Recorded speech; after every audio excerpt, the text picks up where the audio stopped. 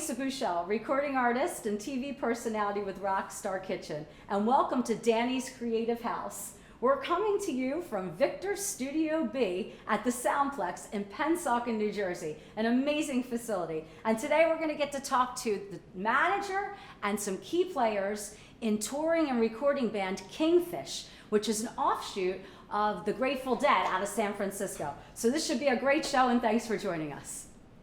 Now we get the chance to speak with Michael O'Neill, singer-songwriter and guitarist of Kingfish, because of Zoom. He's coming to us. We're beaming him in from Texas, from Longport, Texas, which is kind of near Corpus Christi. So how you doing, Michael?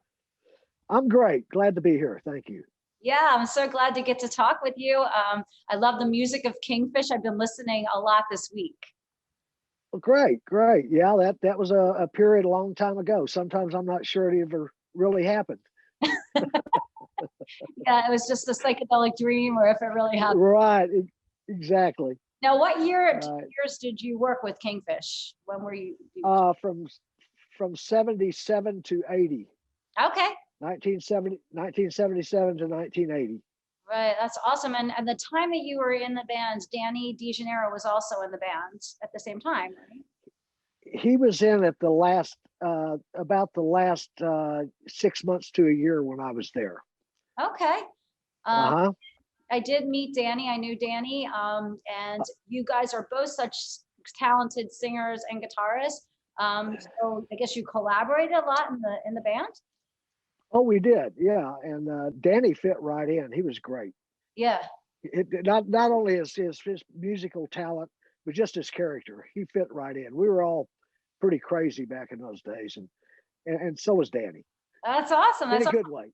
Yeah, definitely. Now, when you took to the stage, was it more like, I mean, watching it, it just seems like such a free jam, and it's just like amazing. How much of that was rehearsed, and how much did you guys just jam in the moment? Oh, very little rehearsed. We weren't good at rehearsing. Most of the good things happen live. The spur of the moment. We live dangerously musically. Yeah, but it made them very exciting. It was, and that way anything could happen, and a lot of great things did happen. So that was the way we approached it. Yeah. Now, who were your influences growing up? Well, most of my influences were probably in the Cosmic Cowboy scene and the Texas blues scene. Before I was with Kingfish, I had played with B.W. Stevenson and Freddie King and Delbert McClinton. And when I moved to the West Coast, the Bay Area, that's when I ran into the Kingfish bunch. Oh, okay. Yeah, and they had hired me when Bob Weir had to go back to the Grateful Dead for touring. Did he come sit in with you guys at any shows? Or? No, not when I was there. I never saw him. We were all over the place. We were in Europe quite a bit in 77 and 78. And then when we came back, we were the opening band for the Electric Light Orchestra out of the Blue Tour. Okay. Terrific. So we were always often touring, and so was he. Yeah. So always in different directions. Yeah, that's cool. That's kind of a unique pairing, the Electric Light Orchestra with Kingfish. It's interesting because it seems like it was great. Different types of bands together, and it made the show probably really cool for the audience. Yeah, right. Yeah. It was great. Yeah, it was great. It's great. Yeah. So you did extensive touring. Any special stories of the road, war stories from the road? Oh, sure. There's plenty of them. I don't know how many of them I really want to tell, but that's some really good ones. On one hand, not everything you hear is true. Okay. All the crazy stories, but on the other hand, a lot of crazy things did happen. Yeah. We just had a whole lot of fun and a lot of great experiences, and we were always moving so fast that we really didn't get to stay in one place too long. Yeah, I understand. So, when I tour, it's the same. People say, "What did you do in the city?" Like tourist attractions. I'm like, I got there, I played, I slept, I left. That's about it, right?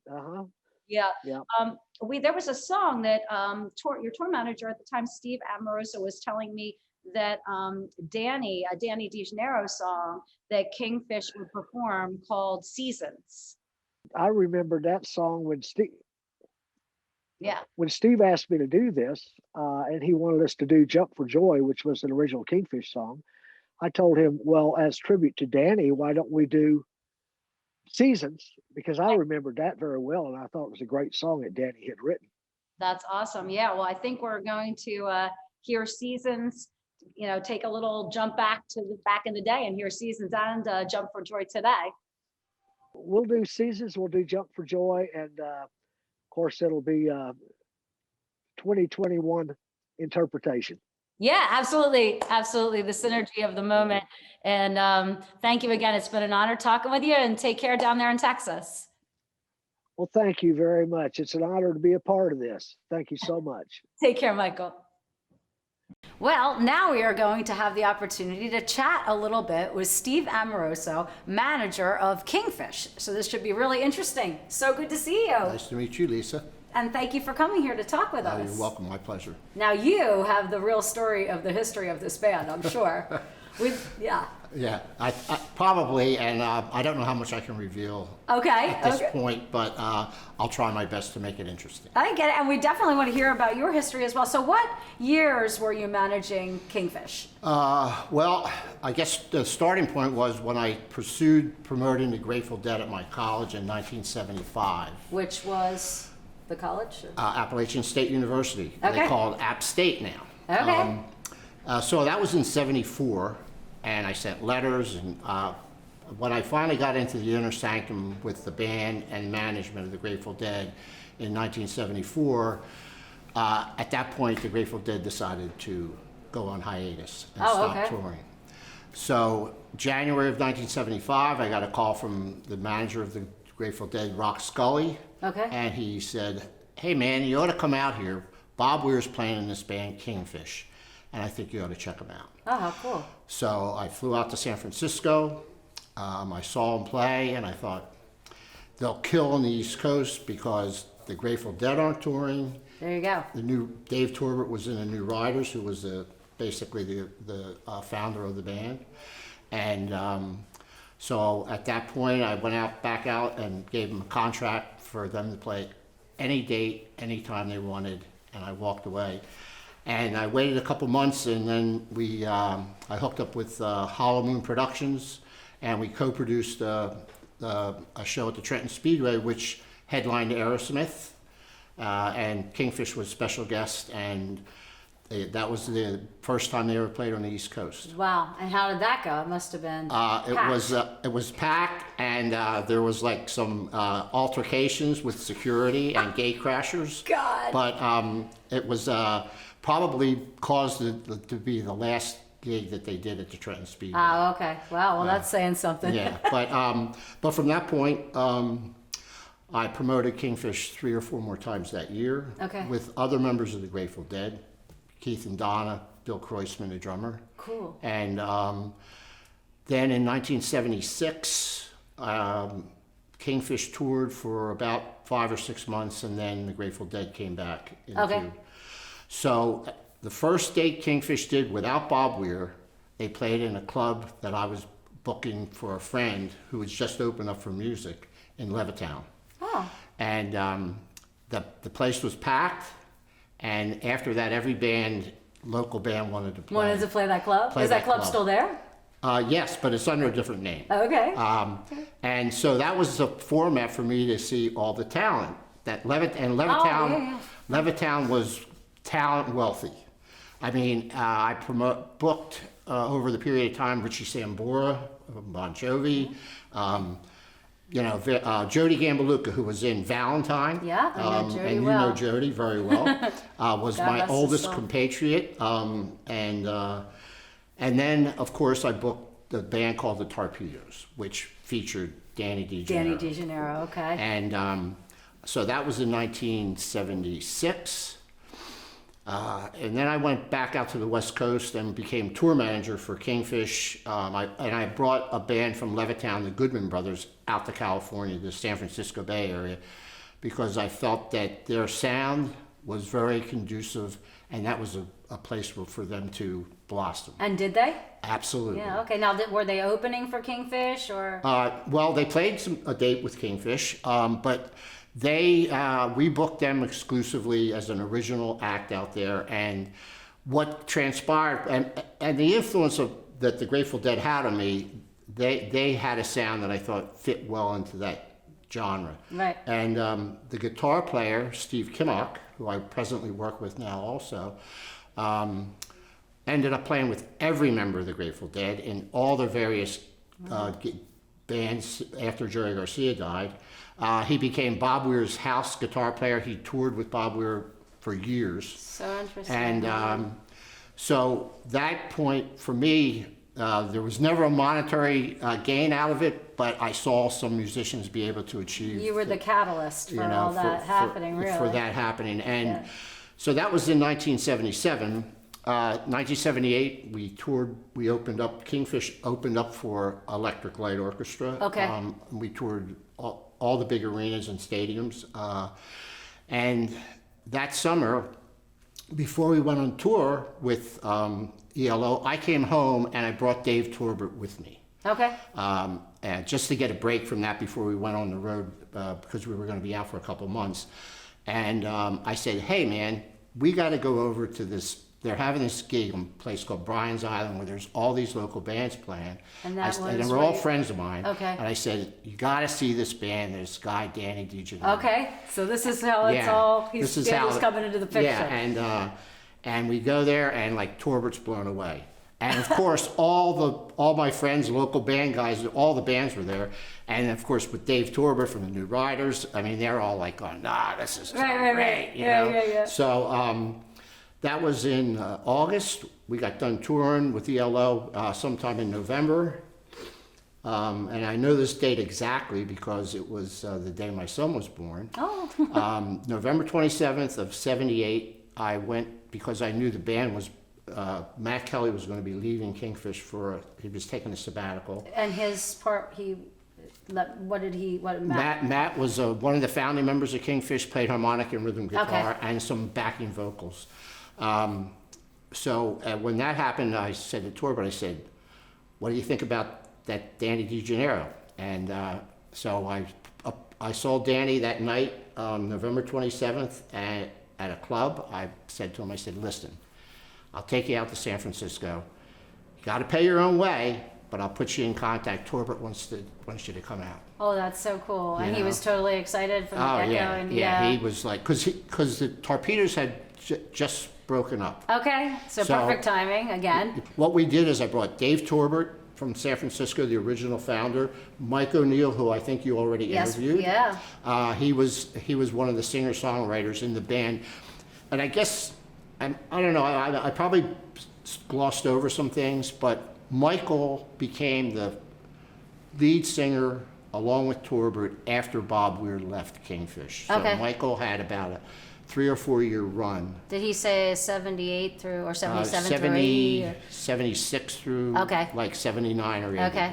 And he was in the band at the same time as Danny. Well, so I called Torbert and I called Michael. I said, Mike, you want to come back out here? I'm putting a band together. We're going to tour and we're going to be based out of Bucks County, Pennsylvania. Okay. And he said, anything for you, man. He goes, oh, wow. You know, well, we spent a lot of time together on that ELO tour, living with each other. And you know from your touring experience. I know. It's like a family for better and worse. Yeah, exactly.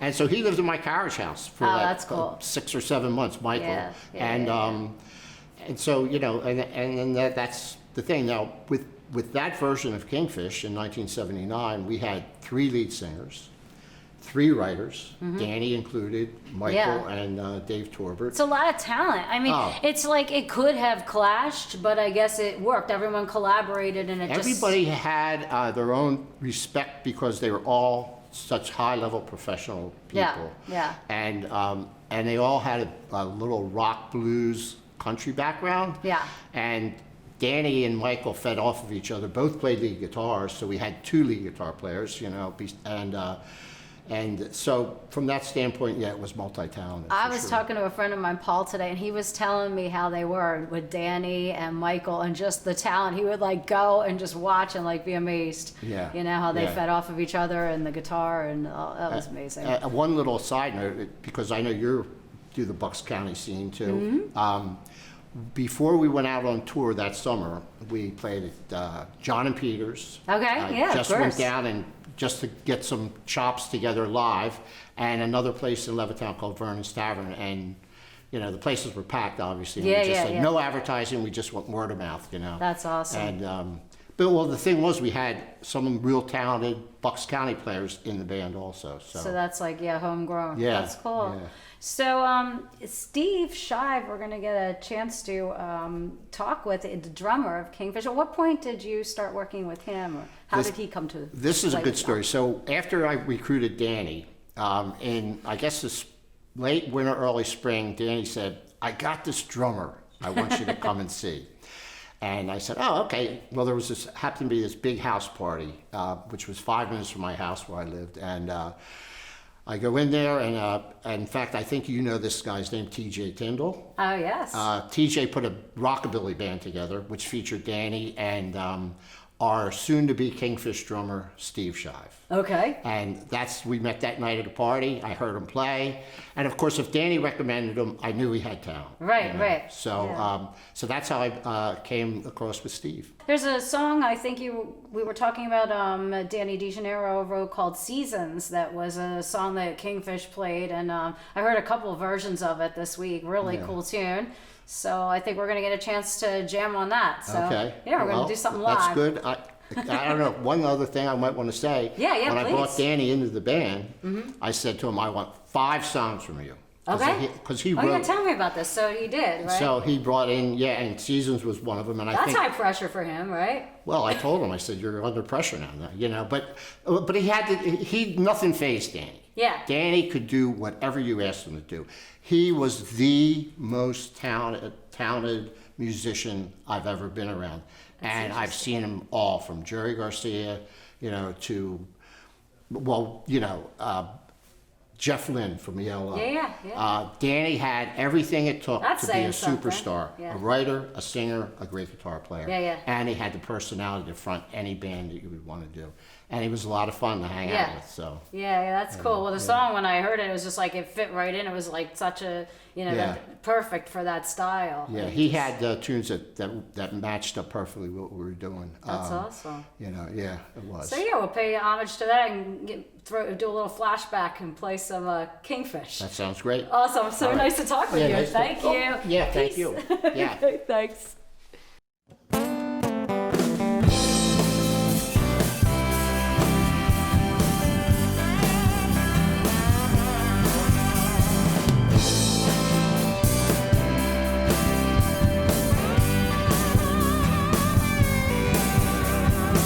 Seasons come and seasons go.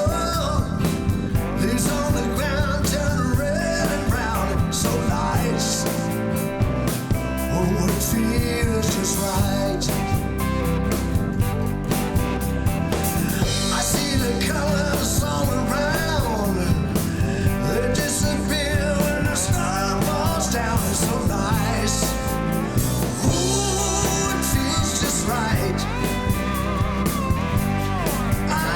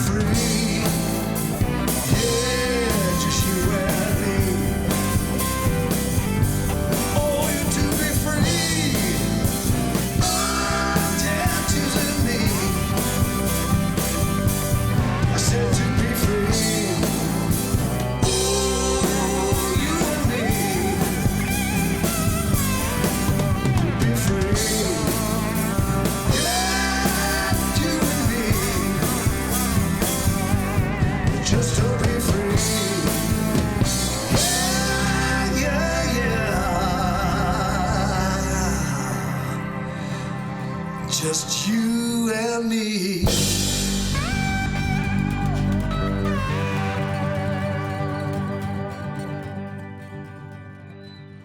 So that was some awesome music, and it was so much fun, feeling like I'm back in the days of Kingfish. And now I get the great opportunity, and I've been waiting to talk with Steve Shive, drummer of Kingfish. So here he is. How you doing, Steve? Hi. Yeah, thanks for coming here to no the problem. great Victor Studios. Pretty cool place, right? Yeah, it's a great place. Yeah.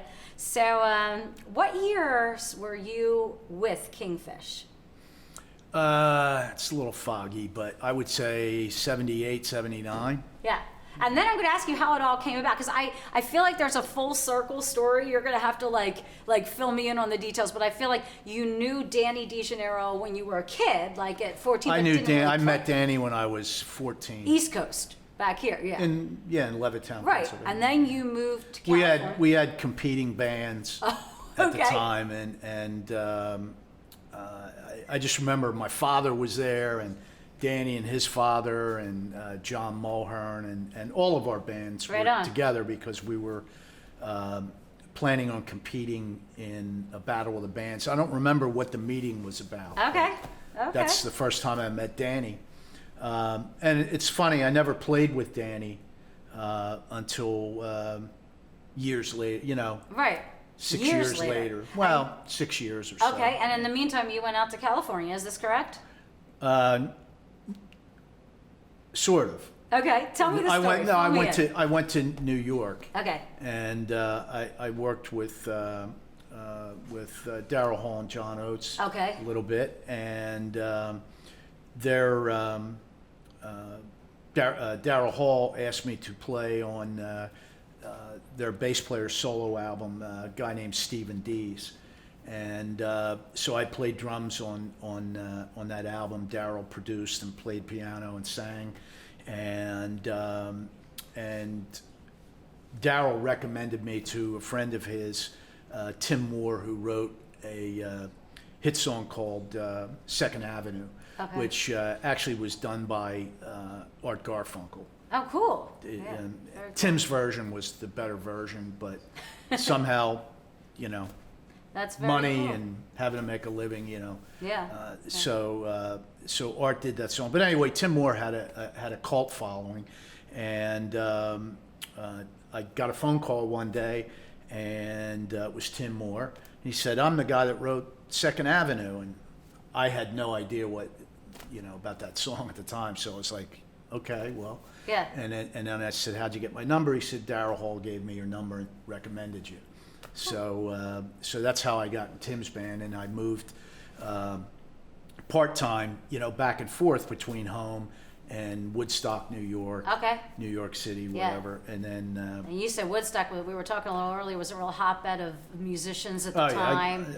I played a lot of, Dylan lived there. Todd Rundgren was around. We used Bearsville Studio, so like you were always meeting all these other great musicians, the great. Isley Brothers. Such a creative, you can bounce things off of everything. Stephen Dees was there because he was in a band at that time. This was after he left Hall & Oates. He was in a band with Michael Shreve from Santana Okay. called Novo Santana. Combo. Okay. Great cool. band. Cool. And so I got to hang out with all these people. Okay, and you did all this now. And then we went to California to record an album with Tim, with Ken Scott producing, and I don't know how many people today know who Ken was. Yeah, but tell us all the Ken- stuff he's done. Ken was like working with Ken was like working with George Martin to a certain extent, Yeah. because Ken did engineering for the Beatles, Elton John. Supertramp. Was it David Bowie as well? Well, his first breakthrough album was with Bowie. He was the producer amazing. engineer on Ziggy Stardust and the That's amazing Spiders right from there. Mars. Yeah. So that was, that was a big influence on me as well. I love David Bowie, and so to have a chance to go and be in the studio with the master was like Oh yeah, that's awesome. incredible. That's really so cool. we lived in Hollywood, and got to meet a lot of people Yeah, out there. yeah, So, yeah, that's it it. was So great. I heard some interesting story about Keith Richards and you hanging out a little bit. Can you Well, he elaborate? wasn't hanging out with just me. He was, But y'all were but he was hanging out he was a together. big fan of Tim Moore. Tim Moore Okay. wrote a song. I don't know if you remember a band called the Bay City Rollers. I know of them. Yeah. Okay, so they were like the hot boy band. Okay. You know, Back back in in the day. that day, yeah. Okay, and they did. Tim wrote songs, and a lot of other artists pick up on the songs because Tim was like a master songwriter. He was just not, you know, Yeah. And a completely cult following, in the mainstream, right. including Keith He Richards. yeah. Well, anyway, what happened was we were playing a gig at the Bottom Line, and my wife was there, and I came off I came backstage. The Bottom Line, there's steps coming down from the stage in the back through the curtains where the drums are. So I just get up, turn around, walk down the Right. steps, and there's two dressing rooms, one on one side, one on the other. And she said, before you go in there, I got to warn you. And I don't think she mentioned who was there. So she just warned me, and I walked in the room, and there was Keith Richards. And he took me off guard because he put his arm around my neck and was That's so like, cool. you know, hey, you were shining, you know, and it's, hey, you were shining, bro. And so that began a period of time where every gig we did almost, Yeah. Keith would show up with his. Yeah, That's so- when he was in hiding in Toronto. So and Keith it Richards turns is a fan out of that he yours. was actually living in Cherry Hill, New Jersey. Oh, I didn't know that. So Keith Richards is a fan of yours. You guys party together a little bit there? Yeah, a little bit. Little Yeah. party animal, right? That's almost done. So Yeah. then at what point, how did you start working with Kingfish and Danny? Well, TJ Tyndall called me up and Right. said, "Hey, I want to put this band together." And he had all these old rockabilly records, and he came over to my house and he's playing me these songs by, like, you know, the Collins Kids, all these people I'd never heard I of. love right? rockabilly stuff. And It's cool. so I said, "Yeah, this stuff's great, man. Let's do it." Yeah. So he said, "All right, I got Danny DeGennaro is going to play guitar." I was like, "Oh man, I know Danny from, you know." And That's so weird, right? Full that was circle. really the first time I played with Danny in a band was this band, and the band, of course, was called the Rockabillys. Okay. So it was TJ Tyndall, me, Danny, and a bass player named Pip Trimmer. Okay. And that's a story in itself, but we won't get into that. So, And so we rehearsed in my basement in Yardley. And so one of the first gigs we did, we used to play at John and Peters and, Yeah. and Vernon's and, you know, all that normal. But TJ was friends with a guy named Louis Marisi. And so Louis was having a housewarming party. The house wasn't finished, but I think that's probably why he had the big party there. Okay. Because he figured the house wouldn't get wrecked. right, there you go. So it was this incredible space. Anyway, y'all played there. we played the party, and that's where I think I first Okay. met Steve Amoroso. And Yeah, he asked me manager and Danny to, you know, if Kingfish, we were yep. interested in, you know, I think he had talked to Danny about it before. Right, 'Cause I right. think Danny had told me something about it. Recommended you. And then Steve was at the party, and, you know, And that's one how thing it all led came to about. another. and- Timing, too, is everything. Well, yeah, because otherwise I would have been out in California, or I would have been on the road. Right? Yeah, and they were looking, so. I came home and I was really up for taking a break. This place. That's very cool. But that was a Very- great place to And play. very cool about all that came out of the Levittown area, even though you moved around and stuff, it's like something in the water, like you and Danny knowing each other and then full circle, you know, coming back and playing with Kingfish. Well, It's I came very back and I interesting played story. like after Kingfish was over for, you know, I played with Danny off and on Yeah, okay, over yeah. the years. So what are you and, doing now with your music? So I'm concentrating mostly on writing. Okay. That was something I came to later. When I was with Kingfish, I was just starting to dabble in writing, and, you know, as a drummer, I was intimidated by being around people like Daryl Hall or Tim Moore, I mean, you know, Second Avenue is a masterpiece. But then later you become inspired. So, So, I'm sure and it's it was like, something I want to do that, I can do that. Yeah, And it took me a long time to really pull all those tentacles together. Yeah. And so now I'm working with a friend of mine, John Mulhern. Yeah, I know and, John. Great and some writer, other yeah. some other friends of mine.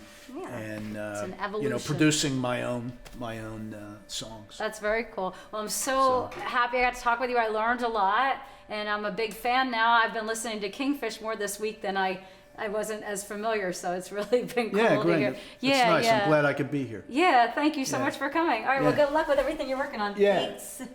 Thank Steve you. Shive. So that was a lot of fun talking to Steve Shive there, hearing some of those war stories on the road. I think it's time to hear one of the Kingfish favorite songs, which is called Jump for Joy.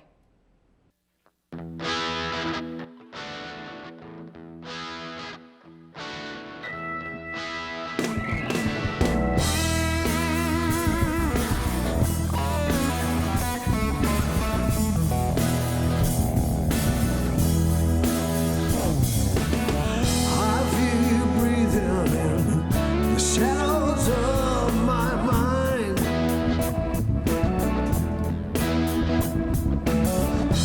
Warm and willing to make your future mine. You got to jump for joy. You're right on time.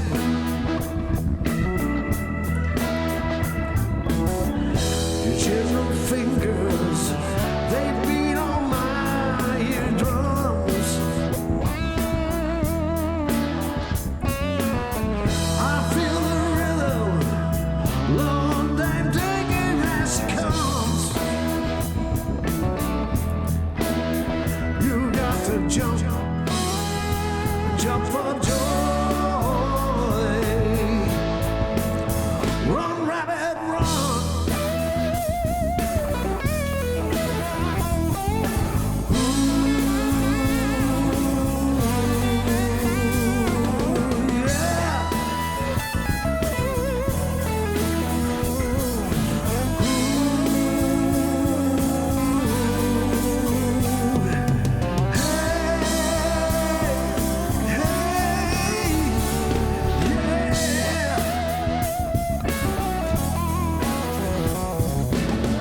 We're coming back to Frisco.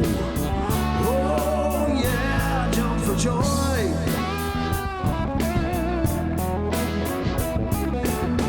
We're coming back to Frisco.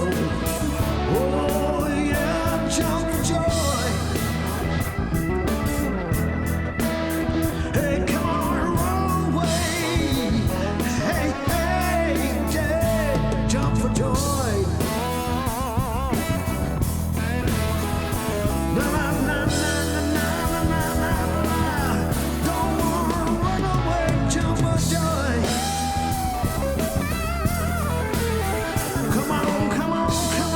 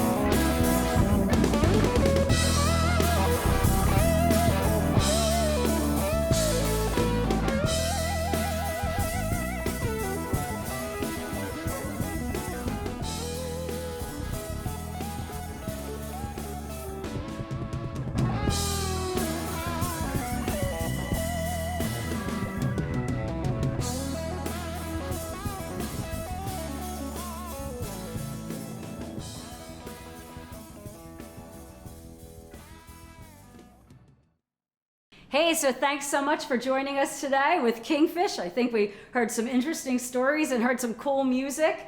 And we will see you again on the next episode. I'm Lisa Bouchelle for Danny's Creative House. That's a wrap.